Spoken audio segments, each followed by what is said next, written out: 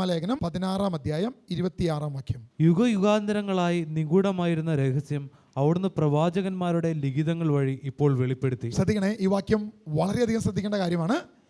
യുഗയുഗാന്തരങ്ങളായി നിഗൂഢമായിരുന്ന രഹസ്യം അവിടുന്ന് പ്രവാചകന്മാരുടെ ലിഖിതങ്ങൾ വഴി, അവസാനമാണോ പറഞ്ഞത്, ഇപ്പോൾ വെളിപ്പെടുത്തി, അല്ലേ? അങ്ങനെയല്ലേ പറഞ്ഞിരിക്കുന്നത്?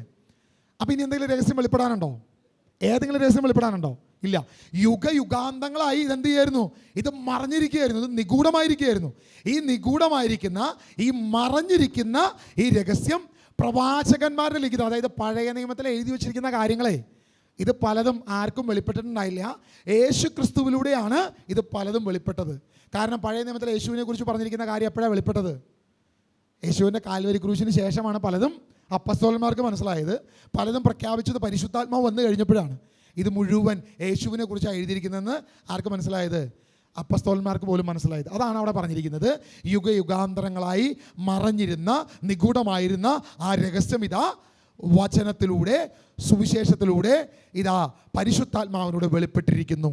വീണ്ടും താഴോട്ട് വായിക്കുമ്പോൾ, ഈ രഹസ്യം നിത്യനായ ദൈവത്തിന്റെ ആജ്ഞയനുസരിച്ച് വിശ്വാസത്തിന്റെ അനുസരണത്തിനായി സകല ജനപദങ്ങൾക്കും അറിയപ്പെട്ടിരിക്കുകയാണ്. അതായത് ഇപ്പോൾ ഈ പറയുന്ന സുവിശേഷം 2000 വർഷം മുന്നേ അപ്പസ്തോലന്മാർ പറഞ്ഞുകൊണ്ടിരുന്ന സുവിശേഷം, അവർ പ്രഘോഷിച്ചുകൊണ്ടിരുന്ന സുവിശേഷത്തെക്കുറിച്ചാണ് റോമാലേഖനം പൗലോസ് പറയുന്നത്. ഈ രഹസ്യം നിത്യനായ ദൈവത്തിൻ്റെ ആജ്ഞ അനുസരിച്ച് വിശ്വാസത്തിൻ്റെ അനുസരണത്തിനായി സകല ജനപദങ്ങൾക്കും അറിയപ്പെടുന്നു. അതിപ്പോൾ പ്രഘോഷിച്ചുകൊണ്ടിരിക്കുന്നു, അല്ലേ? ഇനി എന്ത് രഹസ്യമുള്ളേ? ഇനി നമ്മൾ എന്ത് രഹസ്യം തേടിയായി പോകുന്നേ? ഇത് പറയാൻ വന്ന പിള്ളേർ പറയുന്നത് രഹസ്യങ്ങൾ വെളിപ്പെടുത്തുന്ന കലവറയാണ് ചാലക്കുടിയിൽ. ചാലക്കുടി എന്ത് രഹസ്യം വെളിപ്പെടുത്തുന്നവൻ? ഇതുവരെ അപ്പസ്തോലന്മാർക്ക് വെളിപ്പെടാത്തത്, 2000 വർഷമായിട്ട് സഭകൾക്ക് വെളിപ്പെടാത്തത് ഇത് ഞങ്ങൾക്ക് വെളിപ്പെട്ടിട്ടുണ്ട്. അപ്പസ്തോലൻ പറയുന്നത് ഇതെല്ലാം വെളിപ്പെട്ട് വെച്ചിരിക്കുന്നതാണ്. ഇനി എന്തെങ്കിലും വെളിപ്പെടാനുണ്ടോ? ഇല്ല. അടുത്ത വാക്യം കൂടി ഒന്ന് ഓക്കെ, അല്ല മതി. അതായത് ആ അനുസരണത്തിനായി സകല ജനപദങ്ങൾക്കും അറിയപ്പെടുകയാണെന്നാണ് പറഞ്ഞിരിക്കുന്നത്. അതായത് ഇപ്പോൾ പ്രഘോഷിക്കപ്പെടുന്ന ഈ സുവിശേഷം അത് രഹസ്യമായിരുന്നു, ഇത് പരസ്യമായിരിക്കുന്നു, അത് പ്രഖ്യാപിക്കപ്പെട്ടിരിക്കുന്നു. ഇനി എന്തെങ്കിലും കുറവുണ്ടോ? എവിടെയെങ്കിലും കുറവുണ്ടോ? ഇത് നിങ്ങൾ ശ്രദ്ധിക്കണേ. റോമാലേഖനം 16:26. റോമാലേഖനം എത്ര അധ്യായമുണ്ട്? 16 അധ്യായമുണ്ട്. ഇനി എത്ര വാക്യം കൂടി ബാക്കിയുണ്ട്? ഒറ്റ വാക്യം കൂടി ഉള്ളൂ. അതായത് അതുവരെ പ്രഘോഷിക്കപ്പെട്ട മുഴുവൻ സുവിശേഷത്തിൻ്റെ സംക്ഷിപ്തമായിട്ടുള്ളൊരു കാര്യമാണ് ആ ലേഖനത്തിൽ പൗലോസ് കൊടുക്കുന്നത്. നിങ്ങൾക്ക് സർവ്വതും ലഭിച്ചിരിക്കുന്നു. ഇനി എന്തെങ്കിലും കുറവുണ്ടോ? ഒന്നും കുറവില്ല. എല്ലാ രഹസ്യവും നിങ്ങൾക്ക് വെളിപ്പെട്ടിട്ടുണ്ട്. ഇനി ഒട്ടൊരു രഹസ്യം വെളിപ്പെടാനില്ല എന്നാണ് ആരോട് പറഞ്ഞിരിക്കുന്നത്? റോമാക്കാരോട് വ്യക്തമായിട്ട് പറഞ്ഞിരിക്കുന്നത്, അല്ലെങ്കിൽ ലോകത്തോട് മുഴുവൻ വിളിച്ചു പറയുന്നത്. അന്ന് റോമാക്കാർക്ക് എഴുതുന്നു എന്നെങ്കിലും ഇത് ലോകത്തോടും, മുഴു ലോകത്തോടും വിളിച്ചു പറഞ്ഞിരിക്കുന്നത് ഇനിയൊന്നും വെളിപ്പെടാനില്ല എന്നുള്ളതാണ്. ഹല്ലേലൂയ, ഹല്ലേലൂയ, യേശുവേ ആരാധന. ആ വാക്യം ഒന്നുകൂടി വായിക്കാം. 1 പത്രോസ് 1:5 നമ്മൾ വീണ്ടും വായിക്കാം. കാരണം ആ വാക്യം ഉപയോഗിച്ചാണ് അവർ ജനങ്ങളെ വഴിതെറ്റിക്കുന്നത്. അതുകൊണ്ട് ആ വാക്യം നമുക്ക് സ്പഷ്ടമായിട്ട് മനസ്സിലാകണം. ഒന്നുകൂടി വായിച്ചോ. അവസാന കാലത്ത് വെളിപ്പെടുത്താനായി തയ്യാറാക്കിയിരിക്കുന്ന രക്ഷയ്ക്ക് വേണ്ടി. അപ്പോൾ ഇവിടെ വേറൊരു പ്രശ്നം കൂടി അവർ പറയുന്നുണ്ട്. അതായത് അവസാന കാലത്ത് രക്ഷ വരത്തുള്ളൂ, രക്ഷ ഇപ്പോൾ പൂർണ്ണമല്ല, രക്ഷ ഇപ്പോൾ വന്നിട്ടില്ല, രക്ഷ വരാനിരിക്കുന്നേ ഉള്ളൂ. യേശു ക്രിസ്തു രണ്ടാമത് ശരീരം ധരിച്ച് അവരുടെ മുരിയാട് വന്ന് അവരുടെ കൂടാരത്തിൽ വന്ന് 33 വയസ്സാകുമ്പോൾ കമ്പ്യൂട്ടറൊക്കെ പഠിച്ച് എല്ലാം കഴിഞ്ഞ് പരസ്യ ജീവിതത്തിലേക്ക് വന്നു കഴിയുമ്പോൾ അവൻ രക്ഷ പൂർണ്ണമാക്കും. അതുവരെ രക്ഷ പൂർണ്ണമല്ല, രക്ഷ വരുന്നേ ഉള്ളൂ. അതുകൊണ്ടാണ് പത്രോസ് പറഞ്ഞത് അവസാന കാലത്ത് വെളിപ്പെടാനിരിക്കുന്ന രക്ഷ. അപ്പം രക്ഷയും വന്നിട്ടില്ല, അവസാന കാലത്ത് ഒരു രഹസ്യവും വെളിപ്പെടാനുണ്ട്. ഇങ്ങനെ 2 തലത്തിലാണ് അവർ നമ്മളെ തെറ്റിദ്ധരിപ്പിക്കുന്നത്. ഒന്നാമത്തെ കാര്യം എന്താണ്? അവസാനത്തെ വെളിപ്പെടാനുള്ള സുവിശേഷമുണ്ട്, അതില്ലാന്ന് നമ്മളിപ്പോൾ വചനത്തിലൂടെ നമ്മൾ സ്പഷ്ടമായിട്ട് കണ്ടു. ഇനി ഒരിക്കൽ കൂടി നമ്മൾ പോകും. രണ്ടാമത്തെ കാര്യമാണ് രക്ഷ വന്നിട്ടില്ല, രക്ഷ വരാനിരിക്കുന്നേ ഉള്ളൂ എന്ന തലത്തിൽ ഒരു സംഭവം പറയും. തുടക്കം തന്നെ പറയട്ടെ, നമുക്കറിയാം നമ്മൾ യേശുവിൻ്റെ 2ാം വരവ് കാത്തിരിക്കുന്നവരാണ്. ഇന്ന് രാത്രി ഉണ്ടായാലും നമ്മൾ സന്തോഷത്തോടെ അവനെ കാത്തിരിക്കുന്നവരാണ്.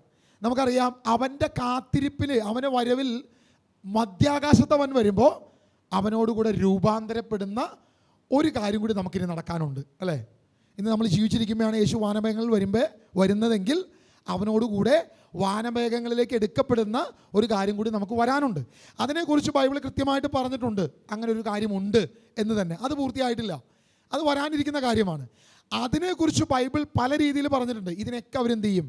നേരെ വളച്ചൊടിക്കും. നമ്മളെപ്പോഴും ശ്രദ്ധിക്കുക, ഇവർ വാക്യങ്ങളുടെ പാസ്റ്റ്, പ്രസൻറ്റ്, ഫ്യൂച്ചർ ടെൻസുകളെ ഉപയോഗിക്കും. അതായത് ചില വാക്യങ്ങൾ പൗലോസായാലും പത്രോസായാലും അപ്പസ്തോലന്മാരായാലും ആ എഴുത്ത് ശൈലിയിൽ എഴുതുമ്പോൾ അവർ പലപ്പോഴും, ഇപ്പം ഞാനിപ്പോൾ ഈ ക്ലാസ് തുടങ്ങുമ്പോൾ ചിലപ്പോൾ ഞാൻ ഫ്യൂച്ചർ ടെൻസിലായിരിക്കും പറയുന്നത്, അല്ലേ?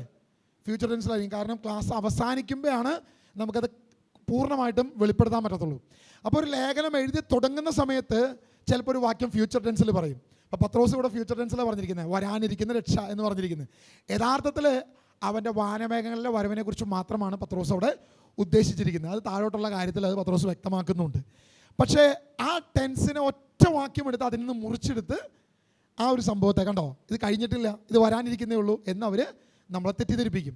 മറ്റൊരു പരിപാടിയാണ്, ഇത് ഒറിജിനലാണോ ഡ്യൂപ്ലിക്കേറ്റ് ആണോ, ഒറിജിനലാണോ ഡ്യൂപ്ലിക്കേറ്റ് ആണോ, എന്തോ ആവട്ടെ, ഇത് ഒറിജിനലാണോ ഡ്യൂപ്ലിക്കേറ്റ് ആണോ നമ്മൾ എങ്ങനെ തിരിച്ചറിയും? അതായത് 99% കള്ളനോട്ടും നല്ല നോട്ടിനോട് സാമ്യം ഉണ്ടാവും. 1% ആയിരിക്കും ചിലപ്പോൾ വ്യത്യസ്തത ഉണ്ടാകുന്നത്. അപ്പോൾ അതിനെന്തായിട്ട് പരിഗണിക്കണം? അതിനെ കള്ളനോട്ടായിട്ട് പരിഗണിക്കണം, അല്ലേ?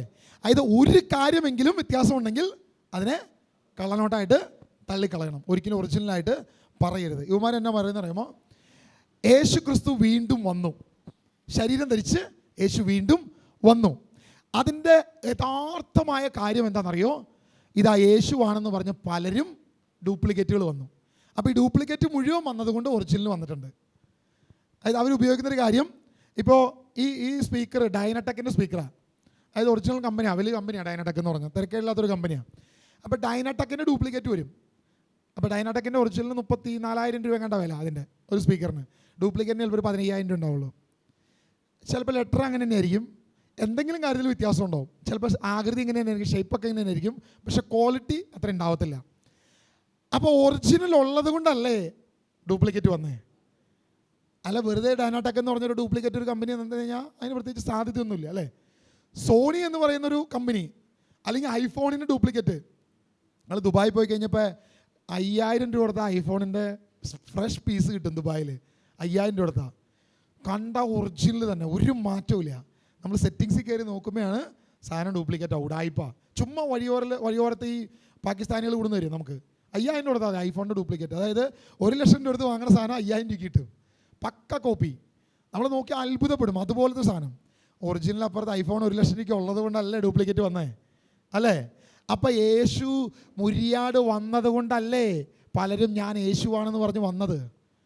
ഇതാണ് അവൻ്റെ പുതിയൊരു തന്ത്രം, സൈക്കോളജിക്കൽ മൂവ്മെൻറ്റാണ്. അതായത് അനേക സ്ഥലത്ത് യേശുവാണെന്ന് പറഞ്ഞ് പലരും വന്നു. ബ്രിട്ടനിൽ ഒരാൾ വന്നു, ബ്രസീലിൽ വേറൊരാൾ വന്നു, അങ്ങനെ പല സ്ഥലത്ത് ഞാൻ യേശുവാണെന്ന് പറഞ്ഞ് അനേകർ വന്നു. ഒറിജിനൽ വന്നത് കൊണ്ടല്ലേ ഡ്യൂപ്ലിക്കേറ്റ് വന്നേ, അല്ലേ? എടാ ഒറിജിനൽ 2000 വർഷം മുന്നേ വന്ന് നിൽക്കുക. അന്ന് തുടങ്ങി ഇന്ന് വരെ ഡ്യൂപ്ലിക്കേറ്റ് 1000 വന്നിട്ടുണ്ട്. യേശു പറഞ്ഞു ഞാൻ യേശുവാണെന്ന് പറഞ്ഞ് അനേകർ നിങ്ങളടുത്ത് വരും, അവരൊന്നും നിങ്ങൾ വിശ്വസിക്കേണ്ട. അത് കർത്താവ് അന്ന് പറഞ്ഞതാ. നമ്മൾ പരിശോധിക്കുമ്പോൾ AD 1-ാം നൂറ്റാണ്ടിൽ തുടങ്ങിയുണ്ട്.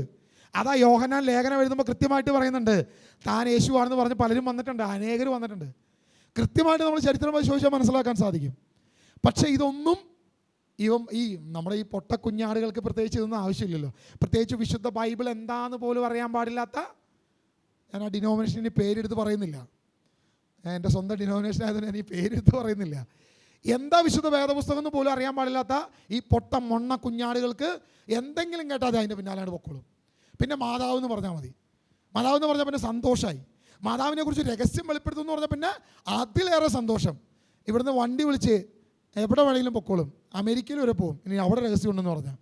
അതാണ് നമ്മുടെ ടീമുകൾ. അപ്പം ഇങ്ങനെ ഇതിൻ്റെ പിന്നാലെ ഓടുക. പക്ഷേ കർത്താവ് വചനത്തിൽ വ്യക്തമായിട്ട് നമ്മുടെ മുമ്പിൽ വെളിപ്പെടുത്തിയിരിക്കുക. ഹല്ലേലൂയ. ശ്രദ്ധിക്കണം, രക്ഷ പൂർണ്ണമാണോ അല്ലേ? രക്ഷ പൂർണ്ണമാണോ അല്ലേ? പൂർണ്ണമാണ്. ഈ പൂർണ്ണമായ രക്ഷയെക്കുറിച്ച് ബൈബിളിൽ പ്രസൻറ്റ് ടെൻസിലും പറഞ്ഞിട്ടുണ്ട്, പാസ്റ്റ് ടെൻസിലും പറഞ്ഞിട്ടുണ്ട്, ഫ്യൂച്ചർ ടെൻസിലും പറഞ്ഞിട്ടുണ്ട്. കാരണം ഒരുവൻ സുവിശേഷം പ്രഘോഷിക്കപ്പെടുമ്പോൾ അനേക വിജാതിയരുടെ നടുവിലാണ് പ്രഘോഷിക്കപ്പെടുന്നതെങ്കിൽ നിങ്ങൾക്ക് രക്ഷ വന്നിരിക്കുന്നു എന്നാണ് പറയുന്നത്, രക്ഷ വരാനിരിക്കുന്നു എന്നാണ് പറയുന്നത്. ഇവിടെ ഇരിക്കുന്ന മുഴുവൻ വിജാതീയരാ, യേശുവിൻ്റെ രക്ഷ ഏറ്റെടുത്തിട്ടില്ല. അവരുടെ മുൻപിൽ അപ്പസ്തോലൻ പ്രഖ്യാപിക്കുമ്പോൾ എന്താ പറയണ്ടേ അവരോട്? യേശുവിനെ സ്വീകരിച്ചാൽ നിങ്ങൾക്ക് രക്ഷ നിങ്ങളുടെ അടുത്തെത്തിയിരിക്കുന്നു എന്നല്ലേ പറയണ്ടേ, അല്ലേ? ഇന്ന് വരെ, അതായത് കേരളത്തിലേക്ക് തോമാസ് ലീഗ വന്നു കഴിയുമ്പോൾ ആദ്യം പ്രഖ്യാപിക്കേണ്ട കാര്യം എന്തുവാ? ഓ നിങ്ങളൊക്കെ രക്ഷപ്പെട്ട എന്നാണ് പറയേണ്ടത്, അതെയോ രക്ഷ നിങ്ങളുടെ അടുത്തേക്ക് വന്നിരിക്കുന്നു എന്നാണ് പറയേണ്ടത്? രക്ഷ നിങ്ങളുടെ അടുത്തേക്ക് വന്നിരിക്കുന്നു എന്നാണ് പറയേണ്ടത്. അപ്പോൾ ഏത് ടെൻസിലായിരിക്കും പറയേണ്ടത്? പ്രസൻറ്റ് ടെൻസിലായിരിക്കും പറയുന്നത് അല്ലേ. രക്ഷ നിങ്ങളുടെ അടുത്തേക്ക് വന്നിരിക്കുന്നു. ഈ വചനത്തെ അവർ കൊണ്ടുവച്ചിട്ട് പറയും, കണ്ടോ രക്ഷ ഇപ്പോഴേ വന്നിട്ടുള്ളൂ, ഇതുവരെ വന്നിട്ടില്ല. കാരണം ആ ടെൻസിനെ ഉപയോഗിക്കുന്നത്. നമുക്ക് 2 വാക്യം, അതിനോട് സമാനമായ 2 വാക്യം ഒന്ന് വായിക്കാം. 1 കൊരിന്തോസ് 1:18 ഒന്ന് വായിക്കാം. 1 കൊരിന്തോസ് 1:18 പെട്ടെന്ന് വായിച്ചു നോക്കോ. ഇനി നാശത്തിലൂടെ ചരിക്കുന്നവർക്ക് കുരിശിന്റെ വചനം ഭോഷത്വമാണ്, രക്ഷയിലൂടെ ചരിക്കുന്ന നമുക്കോ അത് ദൈവത്തിന്റെ ശക്തി അത്രേ. അതായത് അവിടെ കൃത്യമായിട്ടൊരു 1:18 നമ്മൾ വായിക്കുമ്പോൾ, നാശത്തിലൂടെ ചരിക്കുന്നവർക്ക് ക്രൂശിന്റെ വചനം ഭോഷത്വമാണ്, രക്ഷയിലൂടെ ചരിക്കുന്ന നമുക്കോ അത് ദൈവത്തിന്റെ ശക്തി അത്രേ. അതായത് അവിടെ രക്ഷ വരാനിരിക്കുന്നു എന്നുള്ള രീതിയിൽ, അല്ലെങ്കിൽ പ്രസന്റ് ടെൻസിലാണ് കിടക്കുന്നത് അല്ലേ. രക്ഷയിലൂടെ ഞാൻ ചരിക്കുകയാണെങ്കിൽ എനിക്ക് രക്ഷ വരും. ക്രിസ്തുവിലൂടെ ചരിക്കുകയാണെങ്കിൽ, ഈ വചനത്തോടെ സഞ്ചരിക്കുകയാണെങ്കിൽ എനിക്ക് എന്ത് സംഭവിക്കും? രക്ഷ എനിക്ക് കടന്നു വരും എന്ന രീതിയിൽ പ്രസന്റ് ടെൻസിലാണ് കിടക്കുന്നത്. ഒരു വചനം വായിക്കാം, 2 കൊരിന്തോസ് 2:15. 2 കൊരിന്തോസ് 2:15. ഇനി നിങ്ങൾ നോട്ട് ചെയ്ത് പോയാൽ മതി, പെട്ടെന്ന് പോകാം. എന്തുകൊണ്ടെന്നാൽ രക്ഷിക്കപ്പെടുന്നവരുടെ ഇടയിലും ശിക്ഷിക്കപ്പെടുന്നവരുടെ ഇടയിലും ഞങ്ങൾ ദൈവത്തിന് അപ്പൊ രക്ഷിക്കപ്പെടുന്നവരുടെ ഇടയിൽ പ്രസന്റ് ടെൻസിലല്ലേ, രക്ഷിക്കപ്പെടുന്നവർ ഇപ്പോഴും ഉണ്ട്. അതായത് രക്ഷ പൂർണ്ണമല്ല എന്ന് പറയാൻ അവർ ഈ 2 വാക്യങ്ങൾ ഉപയോഗിക്കുന്നത്. രക്ഷ എപ്പോഴും നടന്നുകൊണ്ടിരിക്കുക, ഇനിയും രക്ഷയുടെ പൂർണ്ണത വരാനുണ്ട്. ഇപ്പം രക്ഷ എന്ത് ചെയ്യുന്നു? പ്രസൻ്റാണ്, ഇപ്പോഴും നടന്നുകൊണ്ടിരിക്കുന്നു എന്ന് കാണിക്കാൻ ഈ 2 വാക്യം അവർ ഉപയോഗിക്കും. വീണ്ടും ഫ്യൂച്ചർ ടെൻസിൽ ഉപയോഗിച്ചിരിക്കുന്ന വാക്യങ്ങളുണ്ട്. അതായത് രക്ഷ വരാനിരിക്കുന്നു എന്ന രീതിയിൽ വചനം ഉപയോഗിച്ചിട്ടുണ്ട്. അതാണ് റോമർ 13:11. സോറി, ഇതെല്ലാം ചെയ്യുന്നത് കാലത്തിന്റെ പ്രത്യേകത അറിഞ്ഞുകൊണ്ട് വേണം. നിദ്ര വിട്ട് ഉണരേണ്ട മണിക്കൂറാണല്ലോ ഇത്. എന്തെന്നാൽ ഇപ്പോൾ രക്ഷ നമ്മൾ ആരും പ്രതീക്ഷിച്ചിരുന്നതിനേക്കാൾ കൂടുതൽ അടുത്തെത്തിയിരിക്കുന്നു. ഈ വാക്യത്തെ അവർ ഉപയോഗിക്കുന്ന രീതിയുണ്ട്. അതായത് രക്ഷ ഇപ്പോൾ കൂടുതൽ അടുത്തെത്തിയിരിക്കുന്നു. രക്ഷ ഒരുപാട് അകലെ ഇസ്രായേലിലെ കിടന്നിരുന്നേ. യേശു കാൽവരി ക്രൂശിൽ മരിച്ചവരോടുകൂടി രക്ഷ എന്ത് ചെയ്തു? കേരളത്തിൽ വരെ എത്തി. പക്ഷേ രക്ഷ പൂർണ്ണമാണോ? അല്ല, രക്ഷ ഇനി വരാനുണ്ട് എന്ന രീതിയിൽ ഇതിനെന്ത് ചെയ്യും?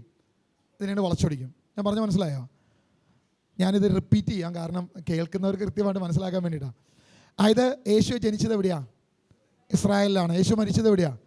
ഇസ്രായേലിലാണ്. അപ്പോൾ ആ രക്ഷയുടെ സുവിശേഷം ഇവിടെ എത്തി കാൽവരി ക്രൂശിലൂടെ. അപ്പോൾ ഇവിടെ വന്നപ്പോൾ നമ്മുടെ അടുത്തെത്തി, പക്ഷെ രക്ഷ പൂർണ്ണമായിട്ടില്ല എന്ന വചനത്തിനൊരു ധ്വനി ഇല്ലേ? കാരണം ഫ്യൂച്ചറിലല്ലേ അത് പറഞ്ഞിരിക്കുന്നത്. രക്ഷ കൂടുതൽ അടുത്തെത്തിയിരിക്കുന്നു എന്നല്ലേ പറഞ്ഞിരിക്കുന്നത് അല്ലേ?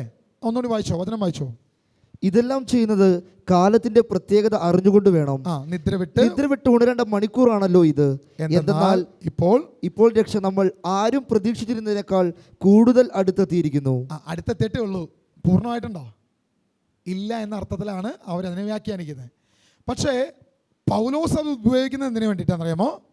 പൗലോസ് എപ്പോഴും, നിങ്ങൾ ശ്രദ്ധിച്ചോ, രക്ഷയെക്കുറിച്ച് പ്രസൻറ്റും പാസ്റ്റും ഫ്യൂച്ചറും 3 ടെൻസിലും ബൈബിളിൽ പറഞ്ഞിട്ടുണ്ട്.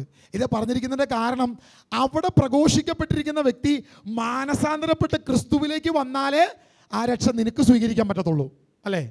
1000 പേര് വചനം കേൾക്കുന്നുണ്ടെങ്കിൽ അവർ 1000 പേരും മാനസാന്തരപ്പെട്ട് ക്രിസ്തുവിലേക്ക് വന്നാലേ അവന് സ്വീകരിക്കാൻ പറ്റത്തുള്ളൂ. ഇപ്പോൾ ഞാൻ പ്രഘോഷിക്കുന്നത് നിൻ്റെ അടുത്ത് വന്നു, നീ ഇനി സ്വീകരിച്ചാൽ അത് നിൻ്റെ ഉള്ളിൽ വന്ന് പ്രവേശിക്കും.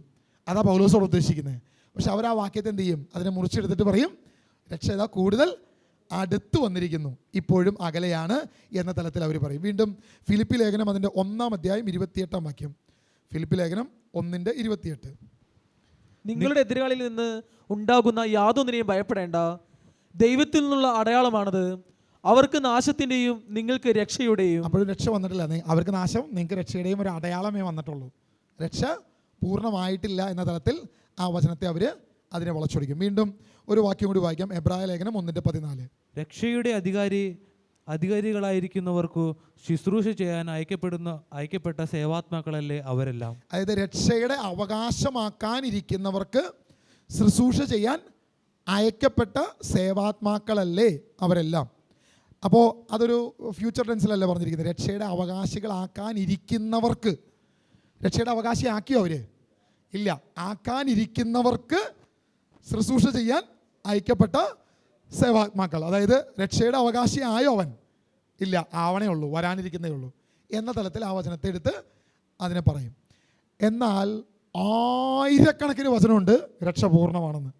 സുവിശേഷം മുഴുവൻ യേശു പറഞ്ഞത് രക്ഷ പൂർണ്ണമാണെന്നാണ്. കാൽവരിയിൽ ക്രൂശിൽ യേശു കിടന്നിട്ട് പറഞ്ഞു എല്ലാം പൂർത്തിയായിരിക്കുന്നു. യേശു ക്രിസ്തു രണ്ടാമത് വന്നിട്ടും പറഞ്ഞു, മീൻസ് ഉയർത്തെഴുന്നേറ്റ് വന്നിട്ട് പറഞ്ഞു രക്ഷപൂർണ്ണമാണ്. സകല സമയത്തും യേശു പറഞ്ഞു രക്ഷപൂർണ്ണമാണ്. നമ്മളിനി 5 വാക്യങ്ങൾ ഞാൻ വായിപ്പിക്കുന്നുള്ളൂ.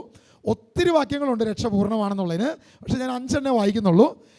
യോഹന്നാന്റെ സുവിശേഷം 5:24. യോഹന്നാന്റെ സുവിശേഷം 5:24. പെട്ടെന്ന് ഇവിടെ നിന്ന് വായിച്ചോ. സത്യസത്യമായി ഞാൻ നിങ്ങളോട് പറയുന്നു, എൻ്റെ വചനം കേൾക്കുകയും എന്നെ അയച്ചവനെ വിശ്വസിക്കുകയും ചെയ്യുന്നവന് നിത്യജീവനുണ്ട്. അവന് ശിക്ഷാവിധി ഉണ്ടാകുന്നില്ല, പ്രത്യുത അവൻ മരണത്തിൽ നിന്ന് ജീവനിലേക്ക് കടന്നിരിക്കുന്നു. അതായത് അവൻ മരണത്തിൽ നിന്നും ജീവനിലേക്ക് കടന്നു. അവൻ്റെ വചനം വിശ്വസിച്ചാൽ മതി, രക്ഷപൂർണ്ണമാണ്. അല്ലേ?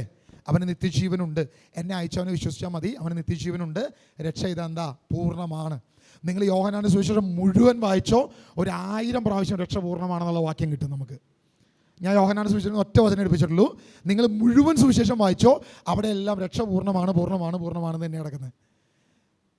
നീ എന്നിൽ വിശ്വസിച്ചാൽ പുനരുദ്ധാനം ഞാനാണ്, ജീവൻ ഞാനാണ്, നീ എന്നിൽ വിശ്വസിച്ചാൽ മതി, നിത്യജീവനുണ്ട് എന്നൊക്കെ പറഞ്ഞ് ഒരുപാട് സ്ഥലത്ത് കിടക്കുന്നുണ്ട്. വീണ്ടും നമുക്ക് റോമാലേഖനം 8:24 എന്ന് വായിക്കാം. റോമാലേഖനം 8:24. ഈ പ്രത്യാശയിലാണ് നാം രക്ഷ പ്രാപിക്കുന്നത്. കണ്ടു കഴിഞ്ഞാൽ പിന്നെ പ്രത്യാശയല്ല. അപ്പൊ രക്ഷ പ്രാപിക്കുന്നത് എന്നാ പറഞ്ഞിരിക്കുന്നത്. റോമ 8:24 ഒന്നും വായിച്ചോ. ഈ പ്രത്യാശയാലാണ് നാം രക്ഷ പ്രാപിക്കുന്നത്. കണ്ടു കഴിഞ്ഞാൽ പിന്നെ പ്രത്യാശയല്ല. താൻ കാണുന്നതിനെ ഒരുവൻ എന്തിനു പ്രത്യാശിക്കണം? അതായത് ഞാൻ രക്ഷ പ്രാപിച്ചു കഴിഞ്ഞു എന്ന തലത്തിൽ ആ വാക്യം കിടക്കുന്നത്. വീണ്ടും എഫേസ്യ ലേഖനം 2:5 ഒന്ന് വായിക്കാമോ? എഫേസ്യ ലേഖനം 2:5. ക്രിസ്തുവിനോട് കൂടെ നമ്മെ ജീവിപ്പിച്ചു, കൃപയാൽ നിങ്ങൾ രക്ഷിക്കപ്പെട്ടു. നമ്മൾ രക്ഷിക്കപ്പെട്ടു എന്ന് നടക്കുന്നത്. രക്ഷ പൂർണ്ണമാണെന്നല്ല പറഞ്ഞിരിക്കുന്നത്. കൃപയാൽ നമ്മൾ രക്ഷിക്കപ്പെട്ടു. ഇനി വരാനിരിക്കുകയാണോ? അല്ല, കൃപയാൽ നമ്മൾ രക്ഷിക്കപ്പെട്ടു. നിങ്ങൾ വാക്യങ്ങൾ നോട്ട് ചെയ്തോ. 2 തിമോത്തിയോസ് 1:9. 2 തിമോത്തി 1:9. അവിടുന്ന് നമ്മെ രക്ഷിക്കുകയും വിശുദ്ധമായ വിളിയാൽ നമ്മെ വിളിക്കുകയും ചെയ്തിരിക്കുന്നു. അവിടെ നമ്മളെ രക്ഷിച്ചിരിക്കുന്നു, വിശുദ്ധമായ വിളിയാൽ നമ്മളെ വിളിച്ചിരിക്കുന്നു. പാസ്റ്റ് ടെൻസ് അല്ലേ? കഴിഞ്ഞു. രക്ഷ പൂർണ്ണമാണ് എന്ന് വ്യക്തമായിട്ട് വചനത്തിൽ വ്യക്തമാണ്. അതായത് തീത്തോസിൻ്റെ 3:4 നിങ്ങൾ വായിച്ച് അതിനകത്ത്, എന്നാൽ നമ്മുടെ രക്ഷകനായ ദൈവത്തിൻ്റെ നന്മയും സ്നേഹവും നിറഞ്ഞ കാരുണ്യവും വെളിപ്പെട്ടപ്പോൾ അവിടുന്ന് നമുക്ക് രക്ഷ നൽകും എന്നാണോ നൽകി എന്നാണോ? നൽകി എന്നാണ്, അല്ലേ? അപ്പം രക്ഷ പൂർണ്ണമാണ്, രക്ഷ കംപ്ലീറ്റഡ് ആണ്. ഇനി എന്താ വേണ്ടേ? അവനിൽ വിശ്വസിച്ചാൽ നീ രക്ഷ പ്രാപിക്കും. ആകയാൽ യേശു കർത്താവാണെന്ന് അതരം കൊണ്ട് ഏറ്റു പറയുകയും പിതാവായ ദൈവം മരിച്ചവരിൽ നിന്ന് അവനെ ഉയർപ്പിച്ചുവെന്ന് നീ ഹൃദയത്തിൽ വിശ്വസിക്കുകയും ചെയ്താൽ നീ രക്ഷ പ്രാപിച്ചു. അവൻ്റെ രക്ഷ പൂർണ്ണമാണെന്ന് വ്യക്തമായിട്ട് വിശുദ്ധ വേദപുസ്തകം നമ്മുടെ മുമ്പിൽ അനേക പ്രാവശ്യം വെച്ചിരിക്കുക. ഇനി രക്ഷയ്ക്ക് വേണ്ടിയിട്ട് ഇനി എന്തെങ്കിലും നമ്മൾ കാത്തിരിക്കണോ? ഏതെങ്കിലും ഒരു കാര്യത്തിന് കാത്തിരിക്കണോ? എന്തെങ്കിലും ഒരു സുവിശേഷം നമുക്ക് വെളിപ്പെടാനുണ്ടോ? അവസാന കാലത്ത് വെളിപ്പെടാനുള്ള എന്തെങ്കിലും ഒരു സംഭവം ഉണ്ടോ? ഒന്നുമില്ല. സംഭവം മുഴുവൻ നമ്മുടെ മുമ്പിൽ പൂർണ്ണമാണ്. പക്ഷെ അവർ പറയും അങ്ങനെയല്ല, ബൈബിളിൽ ഇങ്ങനെ പ്രസൻറ്റ്, ഫ്യൂച്ചർ, പാസ്റ്റ്. ഞാൻ ഈ 3 എടുത്തു വെച്ചത് നിങ്ങളത് മനസ്സിലാക്കണം. ബൈബിൾ മുഴുവൻ പ്രഘോഷിക്കുമ്പോൾ, നമ്മളിപ്പോൾ ഒരു വചന പ്രഘോഷണം നടക്കുകയാണെങ്കിൽ, ഞാൻ 10 വിജാതിയർ എൻ്റെ മുമ്പിൽ വന്ന് നിൽക്കുകയാണ്. അവർ സ്നാനപ്പെട്ടിട്ടില്ല, യേശുവിനെ രക്ഷകനാഥനുമായി സ്വീകരിച്ചിട്ടില്ല, യേശുവിനെ അറിയില്ല. ഞാൻ അവരോട് പറയണം നിങ്ങൾ രക്ഷപ്പെട്ടാ എന്ന് പറഞ്ഞപ്പോൾ കാര്യമുണ്ടോ? രക്ഷ നിങ്ങളുടെ അടുത്തെത്തി, അല്ലേ? വീണ്ടും ഞാൻ അവനോട് വചനത്തെ സ്വീകരിച്ചാൽ നീ എന്ത് ചെയ്തു? നീ രക്ഷ പ്രാപിച്ചിരിക്കുന്നു. അവൻ സ്നാനപ്പെട്ട് യേശുവിനെ രക്ഷകനാഥനുമായി സ്വീകരിച്ചാൽ രക്ഷ അവനിൽ പൂർണ്ണമാണ്, അല്ലേ? അവൻ പിന്നെ ക്രിസ്തുവിൻ്റെ മാർഗത്തിൽ ചരിക്കണം. അവന് പിന്നെ വീണു പോകാനുള്ള സാധ്യതകളുണ്ട്. അപ്പോൾ നമ്മൾ എന്ത് പറയും? നീ വീണു പോയാൽ രക്ഷ നിന്നിൽ നിന്നും അകലെയാണ്. ഈ വാക്യങ്ങളെല്ലാം ആ സിറ്റുവേഷനിൽ നിന്നും അടർത്തിയെടുത്ത് കൊണ്ടുവന്നിട്ട് രക്ഷപൂർണ്ണമല്ല. മുരിയാട് വീണ്ടും ഒരു യേശു ജനിക്കാനുണ്ട്. ഇപ്പോൾ യേശു IELTS പഠിച്ചുകൊണ്ടിരിക്കുകയാണ്. എന്നിട്ട് വേണം യേശുവിന് എന്ത് ചെയ്യണം? ഇസ്രായേലിൽ പോകാനായിട്ട്. പറ്റുകയാണെങ്കിൽ UK ഒരു വിസ ഒപ്പിക്കണം. ഇംഗ്ലീഷ് പഠിക്കാൻ അറിയില്ല, കമ്പ്യൂട്ടർ പഠിക്കണം, ഇങ്ങനെ പല കാര്യങ്ങൾ പഠിക്കണം. അതിനിടയ്ക്ക് കേട്ടു അവിടെ ജനിച്ച കുഞ്ഞ് പെൺകുഞ്ഞായിപ്പോയി, അതുകൊണ്ട് ഇനി രണ്ടാമതിനി ക്ലോണിങ്ങിലൂടെ ഇനി കുഞ്ഞുങ്ങൾ ഉണ്ടാക്കാൻ പോകണമെന്നൊക്കെ പറയണ്ടായിരുന്നു. ഇത് ജനിച്ചത് പെൺകുഞ്ഞായിപ്പോയി. അവർ ഗ്ലോറിഫൈ ചെയ്ത് മാതാവാണെന്ന് പറഞ്ഞൊരു സ്ത്രീയെ ഗ്ലോറിഫൈ ചെയ്തു. ഈ ഏറ്റവും രസം കേൾക്കണോ? മറ്റേ ഈ പൊന്നാര സാറുണ്ടല്ലോ, അങ്ങോര് ഏഷ്യ പ്രവാചകനാണ് പുള്ളി. ഏഷ്യ പ്രവാചകൻ്റെ പുനർജന്മമാണ്. ബൈബിളിൽ എവിടെയെങ്കിലും പുനർജന്മത്തെക്കുറിച്ച് പറഞ്ഞിട്ടുണ്ടോ? വീണ്ടും ജനനത്തെക്കുറിച്ച് പറഞ്ഞിട്ടുണ്ട്. അതായത് യേശയ്യ പ്രവാചകൻ, ആകെ ഉള്ളൊരു സാധ്യത ഏലിയ പ്രവാചകൻ്റെ സംഭവമാണ്. അത് കൃത്യമായിട്ട് ബൈബിള് ഡിസ്ക്രൈബ് ചെയ്തിട്ടുണ്ട്. ഏലിയായിട്ട് മരിച്ചിട്ടില്ല, ഏലിയ മരണപ്പെട്ടിട്ടില്ല. മരിക്കാത്ത ഏലിയായുടെ ആത്മാവോട് കൂടെ സ്നാപയോഹനൻ വന്നു. അങ്ങനെ വചനത്തിൽ കിടക്കുന്നത് അല്ലേ. യേശയ്യ മരിച്ച വ്യക്തിയാണ്. അപ്പോൾ യേശയ്യയുടെ ആത്മാവ് വീണ്ടും ഇങ്ങോരിലൂടെ വന്നു എന്നാണ് പറയുന്നത്, പൊന്നാറ സാറിലൂടെ. പിന്നെ മാതാവ് വീണ്ടും വന്നു, വീണ്ടും ജനിച്ചു. പിന്നെ വിശുദ്ധർ കുറേ പേരുണ്ട് കേട്ടോ അവിടെ. നിങ്ങൾക്ക് കാണണമെങ്കിൽ ചെന്നാൽ മതി. നിങ്ങൾ ഈ കഷ്ടപ്പെട്ട് ഈ പള്ളിയിലിരിക്കുന്ന രൂപത്തെ പോയൊന്ന് നേർച്ചയിട്ട് വെറുതെ കാശ് കളയണ്ട, പിന്നെ മാലയിട്ട് നമ്മൾ കാശൊന്നും കളയണ്ട. നിങ്ങൾക്ക് മുരിയാടി ചെന്ന് കഴിഞ്ഞാൽ, ഞാൻ പറയുന്നത് ഈ കത്തോലിക്കരായിട്ടുള്ള ആളുകളോടാണ്, ഈ രൂപത്തിൽ മാലയിട്ട് സൂയിക്കുന്ന കുറേ പേരുണ്ടല്ലോ, 10 രൂപയുടെ മാലയിട്ട് അവരെ ബഹുമാനിക്കുകയും വണങ്ങുകയൊക്കെ ചെയ്യുന്നത്. അപ്പം അങ്ങനെ ആരെങ്കിലും ഉണ്ടെങ്കിൽ ഈ മുരിയാട് വരെ ചെന്നാൽ അവിടെ യേശയ്യ പ്രവാചകനുണ്ട്, ജെറമിയ പ്രവാചകനുണ്ട്, മാതാവൊക്കെ ഉണ്ട്. അപ്പോൾ ഈ മാല ഇട്ടിട്ടുണ്ട, വേണമെങ്കിൽ ഒരു പൊന്നാട തന്നെ അണിയിച്ച് കുറച്ചൊന്ന് കൂടുതൽ ബഹുമാനിച്ചേക്കാം. അല്ല, അവർ പറയുന്നത് അവരൊക്കെ അവിടെ ഉണ്ടെന്നാണ് പറയുന്നത്. അപ്പോൾ ഒന്ന് പോയി കാണണമെങ്കിൽ കുറച്ച് ഈസി ആയിരിക്കും. എന്ന് പറഞ്ഞേ ഹല്ലേലൂയ, ഹല്ലേലൂയ, യേശുവേ ആരാധന, യേശുവേ ആരാധന, യേശുവേ ആരാധന.